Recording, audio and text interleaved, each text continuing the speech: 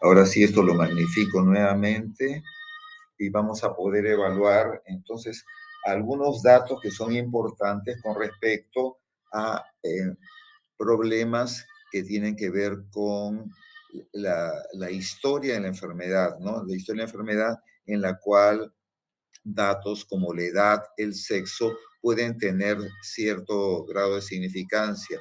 Así en las personas o en los pacientes de temprana edad, enfermedades de tipo diarreica, enfermedades infecciosas y parasitarias son mucho más comunes, mientras que las personas de avanzada edad, enfermedades hepáticas crónicas y las neoplasias son más frecuentes. En el sexo masculino, los casos de patología eh, de tipo infecciosa o patología por consumo de alcohol o por contagio de enfermedades que pueden llevar a la hepatitis también son más frecuentes. Y en el sexo femenino, enfermedades como colitis ulcerativa o la presencia del síndrome de intestino irritable y una serie de patologías de tipo autoinmune pueden ser más frecuentes. Las enfermedades ocupacionales desde el punto de vista digestivo también son significantes, ¿no? Y entonces, por ejemplo, en trabajadores de manejo de ganado, enfermedades parasitarias o problemas de quiste hidatídico, problemas de teniasis pueden ser importantes. Los datos de procedencia también son útiles, ¿no? Pacientes que vienen de la selva, las enfermedades parasitarias son importantes, pacientes que vienen de zona de la sierra, como pueden ser Abancay, como puede ser también Ayacucho o zonas de ceja de selva, la hepatitis es mucho más frecuente. En personas que viven en la altura, como Cerro de Pasco o Puno, enfermedades como el vólvulo de sigmoides también es una causa muy común, ¿no? Y en la zona de la costa, eh, por ejemplo, en la zona de Arequipa, la enfermedad de Chagas puede ser un factor que puede tener cierto grado de significancia. Entonces, esos datos de filiación siempre nos pueden ayudar a tener una orientación diagnóstica.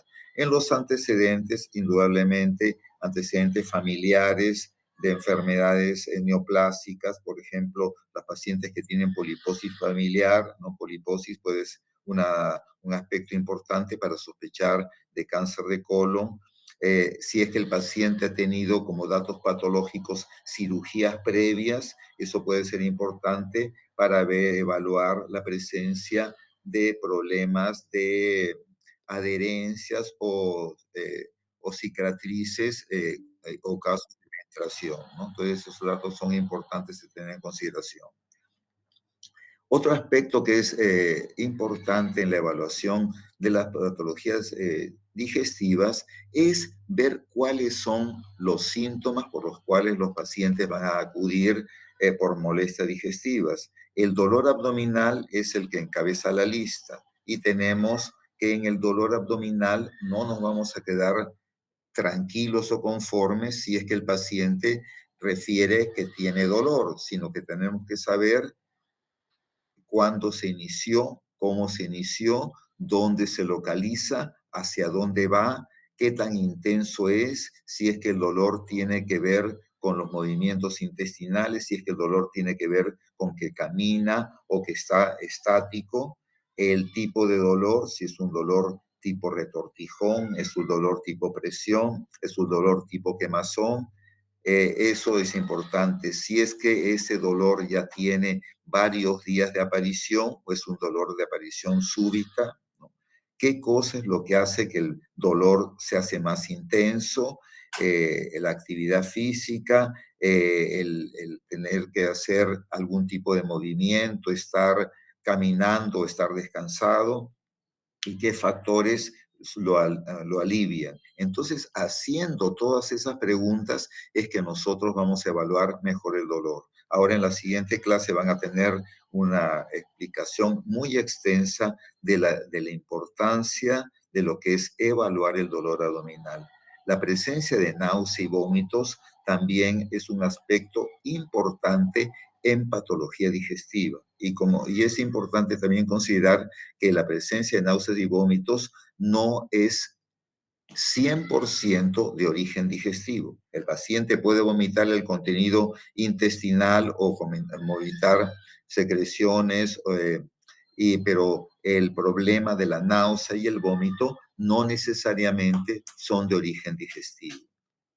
Es importante tener ese tipo de evaluación.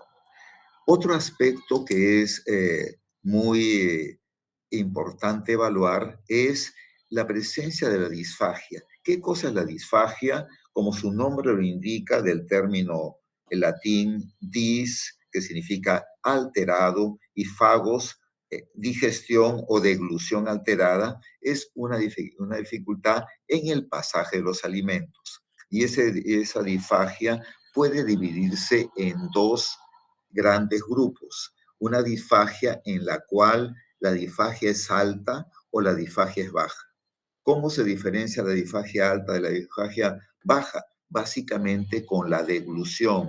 El paciente ingiere los alimentos y al ingerir los alimentos el paciente nota que no los puede deglutir, como que se le quedan en la zona de la garganta. Y eso es lo típico de una disfagia de tipo alta.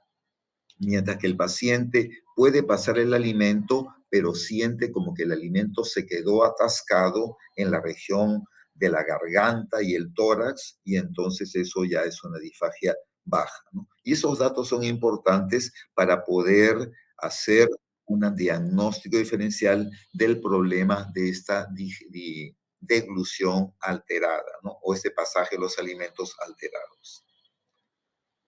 La sensación de pirosis, que es el ardor retroesternal, es un dato también bastante amplio, que puede tener un significado de un problema de reflujo gastroesofágico, como que también puede tener otras causas. Pero la presencia de pirosis y la regurgitación, que es el retorno del contenido gástrico hacia la garganta, hacia la boca, nos ayudan a pensar muy fuertemente que el paciente pueda tener un reflujo gastroesofágico, es decir, que el contenido del estómago se regrese sin que sea un vómito ni que sea un erupto, ¿no? Eso es un dato de reflujo.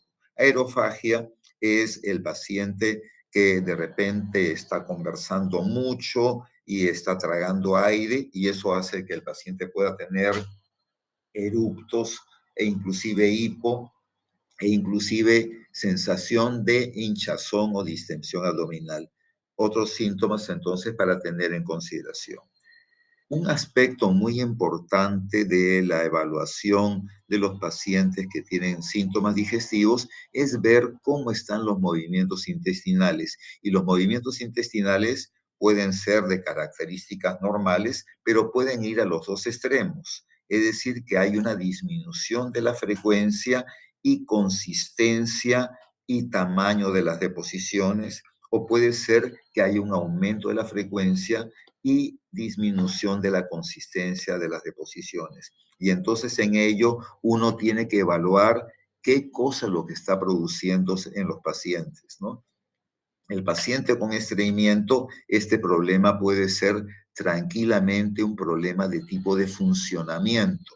No necesariamente el estreñimiento nos indica enfermedad, como no necesariamente el cuadro de diarrea nos indica enfermedad.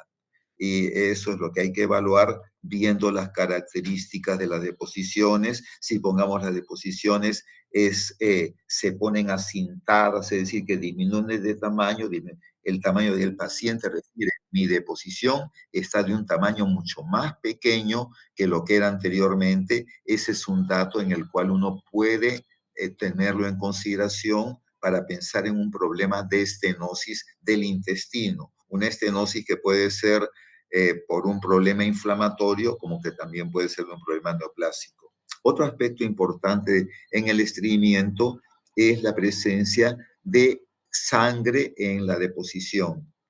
Y entonces puede haber la presencia de sangre viva, mezclada o alrededor de las heces, y eso nos puede ayudar a diferenciar si la sangre viene de origen de la parte más distal del colon o del recto, cuando las estrías de sangre están al costado de las heces y no están mezcladas.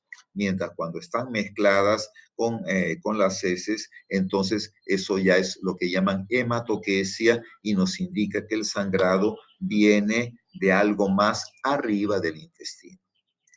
Cuando la deposición viene mezclada con moco, también eso nos indica un proceso inflamatorio. El moco es producido por las células intestinales que generalmente lo producen en mayor cantidad cuando hay algún tipo de inflamación.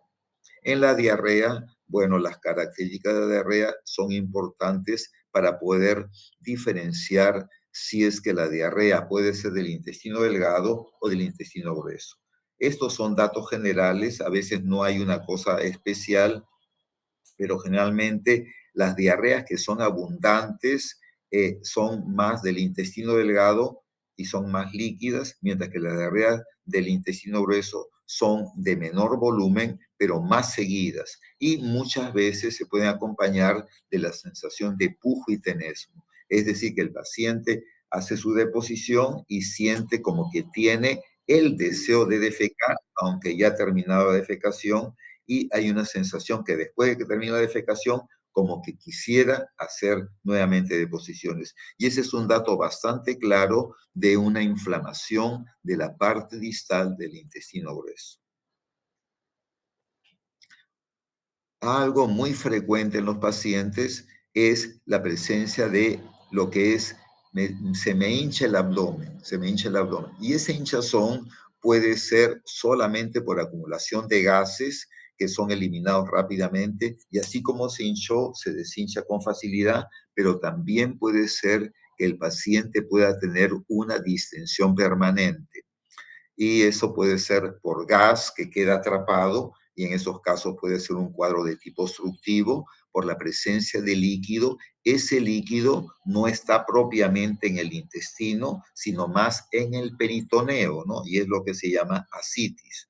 O esta distensión puede ser por la presencia de una masa sólida y hay que tener en consideración que puede ser un órgano que ha crecido, ¿no? Entonces una hepatomegalia, una esplenomegalia, etcétera, o pudiera ser que pueda encontrarse dentro de el intestino y puede ocurrir, por ejemplo, en pacientes estreñidos que pueden tener un fecaloma, ¿no? Es decir, que pacientes muy estreñidos que dicen que van al baño cada 10, 12 días, pueden tener heces consistentes, principalmente en la zona de la fosa ilíaca izquierda. Cuando el paciente presenta el cuadro de ictericia, entonces es un dato evidente. Ver a un paciente que tiene coloración amarilla de la piel y de las mucosas es algo que debe llamar mucho la atención. No hay que confundir pacientes que tienen un color amarillo por un cuadro de anemia, ¿no? Entonces uno tiene que evaluar la presencia de coloración amarilla en la piel y las mucosas y ver características acompañantes como pueden ser la presencia de coluria, que es el color amarillo oscuro de la orina, hipocolia o acolia, que es el color cenizo o blanquizco de las heces, y bueno, datos adicionales como pueden ser la sensación de prurito, la picazón, porque el paciente ictérico puede tener picazón no por la bilirrubina que produce la ictericia, sino por las sales biliares, ¿no? Y ese es un dato de prurito que se ve más en cuadros de tipo colestásico. Cuando vean síndrome ictérico, eso lo van a poder diferenciar mejor.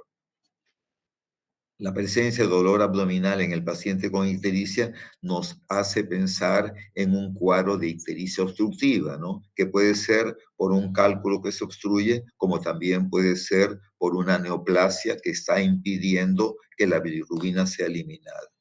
Y bueno, indudablemente, si tenemos un paciente que presenta un sangrado digestivo, es algo que sí es una verdadera emergencia y que uno le va a llamar la atención. Y el paciente que tiene sangrado digestivo puede tener manifestaciones como son la hematemesis, como su nombre lo indica, emesis es vomitar y hematos, sangre, vomitar sangre, ¿no?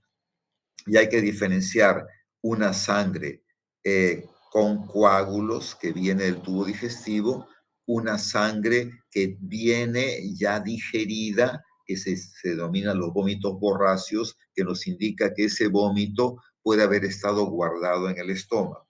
La presencia de melena es las deposiciones negras, ¿no? Entonces diferenciamos las heces que son la hematoquesia, que son heces mezcladas con sangre, pero en la melena la deposición es completamente oscura, alquitranada, negra, ¿no? Y eso está básicamente porque el contenido de sangre generalmente viene por encima del ligamento de Treitz y con el tránsito intestinal la sangre ha sido digerida por acción enzimática.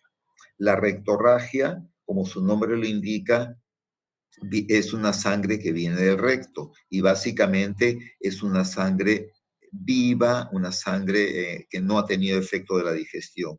Y la hematoquesia es lo que habíamos mencionado, que es una sangre rojo vinosa mezclada con las heces. Entonces, estos síntomas son sumamente importantes para poder hacer un enfoque del cuadro clínico, ¿no? Entonces, hay algunos síntomas digestivos adicionales, pero estos son los síntomas más llamativos por los cuales el paciente puede ingresar. Entonces, después de haber comentado con el paciente los síntomas que tiene, entonces hay datos importantes en el examen físico. Lo primero que vamos a evaluar en el paciente es la actitud y entonces nosotros podemos encontrar que el paciente puede tener una actitud, una fase de dolor, ¿no? Entonces, uno evalúa a un paciente que está teniendo un cólico abdominal y puede tener la presencia de una actitud de dolor y entonces uno dice, este paciente tiene algo que le está afectando, ¿no? Hay siempre algunos pacientes que pueden simular, ¿no? Hay personas que tienen enfermedades psicosomáticas y pueden simular, pero obviamente en los cuadros agudos esta fase dolorosa va a ayudarnos a identificar que el paciente está teniendo algún tipo de padecimiento, algún tipo de inflamación o irritación en algún órgano, ¿no? Y bueno, obviamente con la anamnesis vamos a identificar si viene del tipo digestivo. Y entonces hay fases como la fase hipocrática en la cual el paciente se nota que tiene una enfermedad crónica, ¿no? Desencajado, una fase caquéctica en la cual se nota que el paciente está adelgazado, ha perdido peso, fase ictérica, que son de las fases más características en la patología. El tubo digestivo empieza de la cavidad oral y también el examen de la cavidad oral para ver, ¿no? En el paciente que, por ejemplo, vino y estaba vomitando, uno puede ver algunas características o inclusive oler, ¿no? Oler el contenido del vómito. Y eso nos puede determinar si el cuadro, por ejemplo, es un cuadro de una obstrucción en la cual puede haber un vómito porracio que tiene un olor bilioso e inclusive en un cuadro de tipo obstructivo muy crónico puede tener un olor hasta fecaloideo, ¿no? Cuando hay una obstrucción en la cual ya el contenido intestinal está siendo degradado por las bacterias del intestino. Ver la dentadura, las encías y a veces algún tipo de lesión en la cavidad nos puede ayudar también en el examen físico. En la piel va a ser importante. El color de la piel, como hemos mencionado, palidez, ictericia, color parduzco, hay datos que nos van a orientar. Acá lo que estamos viendo es la presencia de dedos en palillo de tambor, que es un síntoma o un signo propiamente dicho, de que el paciente tiene un proceso de enfermedad crónica. Sabemos que los dedos en palillo de tambor están dados porque hay una hipoperfusión, mala circulación en la parte distal de las extremidades. Entonces, eso nos indica, este paciente ya está crónicamente con una patología. Entonces, cuando el paciente dice, hace 10 días que me puse mal y uno evalúa eso, uno dice, no, el paciente se puso peor, pero ya tenía algo más, ¿no? Entonces uno ve en las historias que a veces ponen fechas de muy pocos días de enfermedad, pero el paciente perdió 10 kilos y el paciente tiene una palidez y entonces eso a veces no ocurre tan rápidamente. El vello axilar y pubiano disminuido es un dato característico de pacientes que tienen enfermedad hepática crónica. Sabemos que el vello axilar y pubiano son características sexuales secundarias que se pueden ver en varones y en mujeres. En el paciente cirrótico, las hormonas no son metabolizadas en forma adecuada en el hígado y esto puede ser que se altere. Y entonces el paciente lo podemos ver con ginecomastia, vello axilar y pubiano disminuido y uno dice, este paciente sospecho que pueda tener un cuadro de cirrosis. Pigmentación de los labios, se ven enfermedades que no son tan comunes como el síndrome de Peutz-Jeghers, ¿no? O pacientes que tienen angiodisplasias y eso nos puede ayudar al diagnóstico de pacientes que tienen algún tipo de hemorragia digestiva que no es tan frecuente, que son pólipos en el intestino delgado.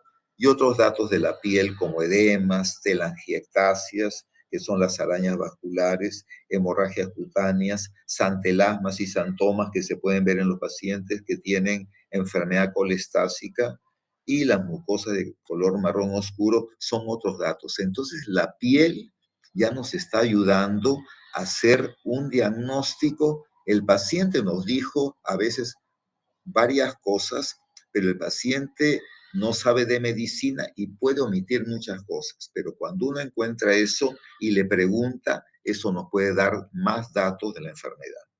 Y bueno, obviamente al paciente, después lo vamos a examinar y vamos a examinarlo. Y lo más importante es que en la historia uno deje un dato de orientación para los otros médicos. Uno hace una historia y esa historia es para que el paciente, esa historia es para que todos lo puedan leer. Y entonces cuando uno dice que tiene dolor abdominal, lo importante es decir dónde tiene el dolor abdominal. Y para ello al paciente dividimos el abdomen en cuadrantes, ¿no?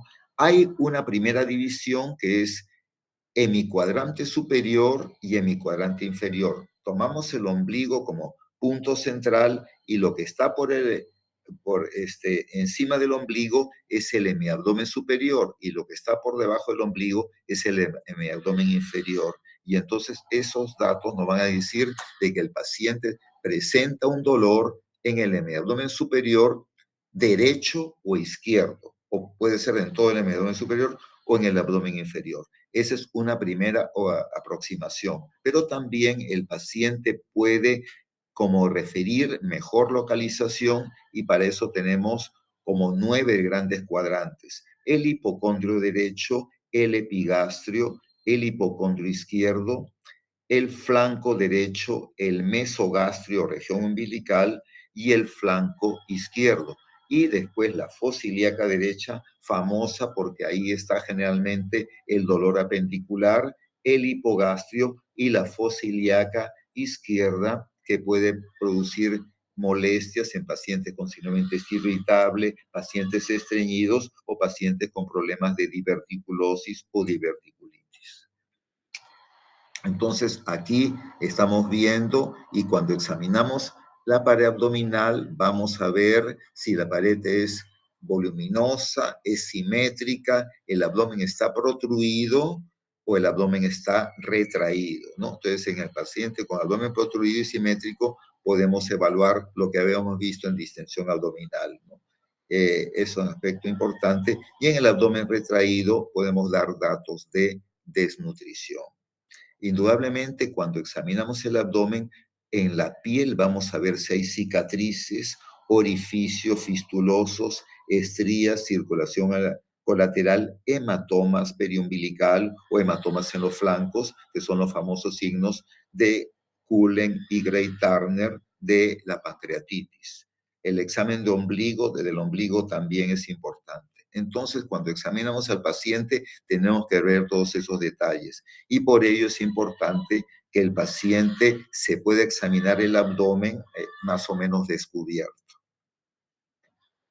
Aquí vemos entonces la inspección y el paciente tiene un abdomen distendido. Tenemos que evaluar después esa distensión por qué cosa es. Cuando vemos las cicatrices operatorias, cada cicatriz operatoria nos ayuda a pensar. A veces el paciente no dice que ha sido operado y de repente nos encontramos con una cicatriz operatoria y el paciente dice, ah, sí, hace muchos años me operaron del apéndice o me sacaron la vesícula. Ahora estas cicatrices, como la que estamos viendo acá de la vesícula, ya son menos frecuentes y la vesícula se saca más por cirugía laparoscópica y hay unos puntos de cicatriz que son diferentes, ¿no? Pero ya la inspección nos ayuda a determinar muchos casos en la patología digestiva.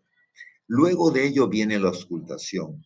En la auscultación, a diferencia de todas las partes de los exámenes en los cuales se evalúa después de la inspección, la palpación, se prefiere auscultar al paciente para que los ruidos normales que uno puede encontrar en el intestino o en el abdomen no sean alterados por la palpación o percusión previa. Eso es mucho más útil para descartar pacientes que puedan tener un cuadro de obstrucción intestinal. Entonces, a la ocultación del abdomen, lo que vamos a encontrar son los ruidos intestinales o los ruidos gástricos. Y esos ruidos son ruidos normales que no tienen una frecuencia definida y pueden encontrarse a nivel del epigastrio, a nivel de la región umbilical, a nivel del flanco, y a veces como que migran, porque estos ruidos están dados por el movimiento del aire y el líquido dentro del intestino. Y es importante poder diferenciar el tono de los ruidos, porque si los ruidos están ausentes, puede ocurrir lo que llaman hilio paralítico, que está acompañado de distensión del abdomen. Pero si los ruidos están incrementados en intensidad y el tono es metálico, eso nos puede indicar que es un hilio mecánico por un cuadro obstructivo que puede tener naturaleza quirúrgica, ¿no? Aparte de los ruidos intestinales, puede haber el signo del chapoteo de ejecución o bazuqueo, que vamos a ver en otra diapositiva, en la cual uno puede encontrar si es que el paciente tiene un síndrome pilórico. El síndrome pilórico es que el píloro se ha cerrado y al cerrarse por un cuadro de un tumor o una úlcera pilórica que se ha estenosado, entonces el líquido no puede pasar bien y puede haber este tipo de ruidos. Y finalmente, la auscultación, vamos a encontrar datos en los cuales el latido aórtico, el latido renal y algunos otros ruidos pueden ser auscultados, ¿no? Pero eso es, el latido aórtico, lo más importante es evaluar si es que hay la presencia de un soplo para ver si hay un aneurisma de la aorta abdominal, en la cual uno encuentra que en el corazón, en el precordio, el ruido cardíaco está normal y en el abdomen hay un latido y hay un soplo. Y en ese caso uno puede hablar de una posibilidad de un aneurisma de la aorta abdominal. Entonces aquí vemos, aquí se está haciendo la presión con la mano y se está ocultando para ver si hay un chaputeo de succión en la obstrucción pilórica, ¿no? Ese es un dato que no es muy común porque eso nos indica una enfermedad bastante avanzada en la cual el líquido no puede pasar en forma adecuada.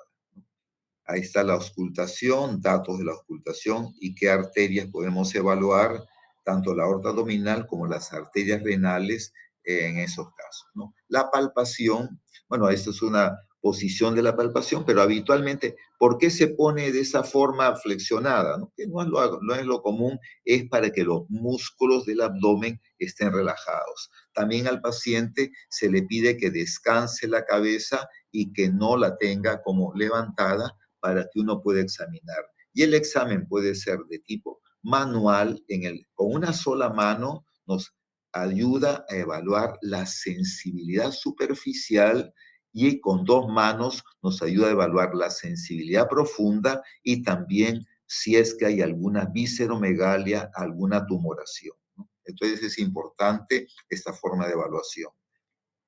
Entonces, palpación superficial, hipersensibilidad y masas, pero palpación profunda nos indica las características de las masas, precisar los límites de diversos órganos, evaluar bien los puntos dolorosos y bueno, en la palpación vamos a ver las características del ombligo y si es que hay la presencia de hernias. Cuando uno tiene una hernia, ya sea umbilical o una hernia inguinal, lo importante, aparte de estar echado, es que se haga la evaluación de la hernia de pie, ¿no? Y entonces ahí se nota más claramente. Diástasis de los músculos rectos a veces están un poquito separados. El signo del uraco es muy raro, pero es un remanente de un conducto vesical y puede haber en raros casos que el paciente pueda presentar secreción, que salga orina del orificio umbilical. Puntos importantes para tener en consideración y entonces acá tenemos puntos de dolor y signos, ¿no? Que es diferente. El punto de McBurney, punto de Claude y punto de Lange son puntos que nos indican que el paciente tiene una posible apendicitis, ¿no? El signo de Ropsig es un signo en el cual uno presiona en el lado opuesto al punto de McBurney y hay dolor en el punto de McBurney. Y eso nos indica la posibilidad de una apendicitis. Entonces uno aprieta en el lado opuesto y duele en la zona del apéndice. El punto de Robson es una línea que se traza sacando de la axila hacia el ombligo y en la zona donde está el reborde costal, si hay dolor, eso nos está indicando una inflamación de la vesícula.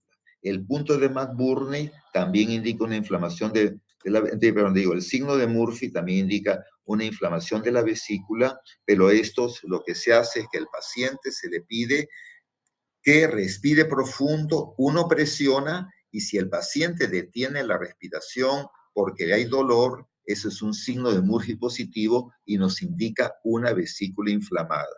El punto epigástrico también nos ayuda a determinar pacientes con diastasis de rectos o otro tipo de patologías. La percusión vendría a ser el último parte del examen, ¿no? Y entonces en la percusión vamos a evaluar la presencia de líquido o de aire, porque el paciente con líquido puede tener matidez y el paciente con aire puede tener timpanismo, ¿no? Y eso nos va a ayudar a evaluar de repente mucha acumulación de gases, pero como también nos puede ayudar a evaluar la presencia de citis. Y esto es importante, pongamos la matidez desplazable. Aquí al paciente lo evaluamos en decúbito supino y luego en decúbito lateral. Y si es que hay líquido en el peritoneo, el líquido se va a la zona en declive y eso nos indica que hay líquido en el peritoneo y no son en las asas intestinales. El hígado también es importante evaluarlo y el hígado lo tenemos que evaluar de acuerdo al tamaño, al volumen y de todas maneras si es que en la palpación encontramos alteraciones. Normalmente el hígado tiene una consistencia suave. El hígado no necesariamente es palpable. El hígado puede ser o no palpable. Eh, y cuando se palpa, uno tiene que evaluar la consistencia. Si es una consistencia pétrea, es un dato muy claro que el paciente pueda tener un hepatocarcinoma o puede ser una cirrosis con macronodular, puede ser renitente, que es un poquito se hunde, o puede tener características fluctuantes. Sensibilidad, el hígado generalmente no duele y lo que duele es la cápsula de Gleason. Entonces, eso puede ocurrir que hay una sensibilidad aumentada en el hígado cuando el paciente tiene una hepatitis aguda. La superficie puede ser lisa o puede ser nodular. Ahora los hígados se están palpando más porque hay mucha acumulación de grasa y esos hígados grasos generalmente tienen una superficie lisa. Y el borde romo afilado, eso nos indica, generalmente el borde del hígado tiende a ser afilado, pero cuando hay un proceso inflamatorio crónico, el borde tiende a ser romo. Entonces tenemos la inspección, evaluar, pero básicamente la inspección no es clara porque no tendría que ser con la palpación que podemos evaluar el hígado. Entonces acá vemos en la palpación como evaluamos generalmente, la palpación puede ser, generalmente uno comienza a palpar el hígado desde la fosa ilíaca derecha y sube hacia, hacia el reborde costal derecho, hasta que llega uno a encontrar en la parte inferior del hígado. Y algunos pueden hacer la maniobra de tratar al hígado como con un gancho para poder palpar en esa zona es la palpación, y luego la percusión, en la percusión hepática es importante para poder notar el hígado, dónde empieza, que generalmente empieza a partir de la zona de la tetilla en el varón o el quinto espacio intercostal, y esa percusión llega hasta el hipocondrio derecho y normalmente la percusión hace que lo que se denomina el spam hepático a nivel de la línea medioclavicular. Y el tamaño del hígado generalmente está entre 11 centímetros, pero el spam hepático se considera que cuando el spam hepático es de menos de 10 centímetros es un hígado pequeño y cuando es más de 15 centímetros es una hepatomegalia, ¿no? La percusión nos ayuda en aquellos casos en los cuales la palpación del hígado no es adecuada. La auscultación del hígado es raro, pero hay síndromes como el Curbelier, en el cual, y en pacientes con hepatocarcinoma, que uno puede encontrar soplos arteriales y eso puede ser un dato, pero es algo sumamente infrecuente y en enfermedades ya muy crónicas, ¿no? El vaso también el vaso es importante evaluarlo y acá tenemos saber que el hígado cuando crece de arriba a abajo, mientras el vaso cuando crece en forma diagonal. Es decir, que cuando el vaso crece, no crece hacia la fosa ilíaca izquierda, sino crece hacia la fosa ilíaca derecha. Entonces, cuando nosotros evaluamos un paciente que tiene vaso palpable, comenzamos de la fosa ilíaca derecha y vamos hacia el hipocondrio izquierdo. Y ahí podemos evaluarlo. Pero la gran mayoría de los vasos eh, no se llegan a palpar ni a tampoco a percutir, ¿no? El vaso normalmente nunca se puede palpar. Y el vaso cuando crece generalmente va a dar una matidez, pero es raro que pueda ser palpable en estas condiciones. Cuando hemos palpado a veces vasos grandes, lo hemos evaluado básicamente en pacientes que tenían esplenomegalia por paludismo, ¿no? En la zona de la selva. Entonces acá tenemos el vaso lateral derecho siguiendo la línea axilar media y la matidez coincide con el novena y décima costilla y puede haber ocultación frotis. Acá cuando evalúan, básicamente en el lado izquierdo, entre la novena y décima costilla, es donde normalmente se puede encontrar el vaso. Y para poder palparlo mejor, hay que hacerlo en esta posición, si es que, si es que el vaso ha crecido, pero muy pequeño. Y un dato clínico es que uno va a encontrar que el espacio de Traube está mate y entonces ese dato nos puede indicar que puede ser un vaso que está creciendo pero que no es palpable.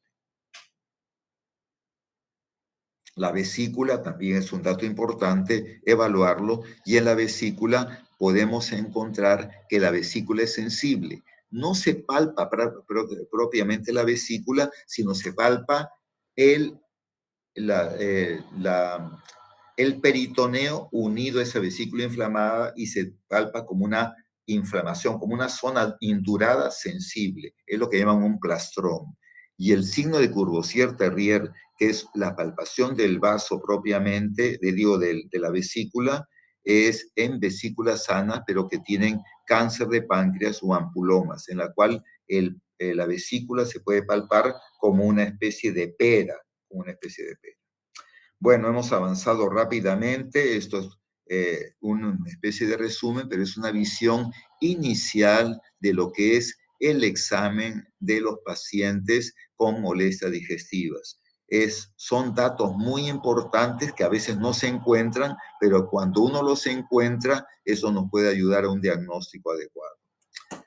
Listo, creo que ya estamos en la hora de la siguiente clase, así que solamente nos queda despedir. Si hubiera alguna pregunta, estamos listos para escucharla.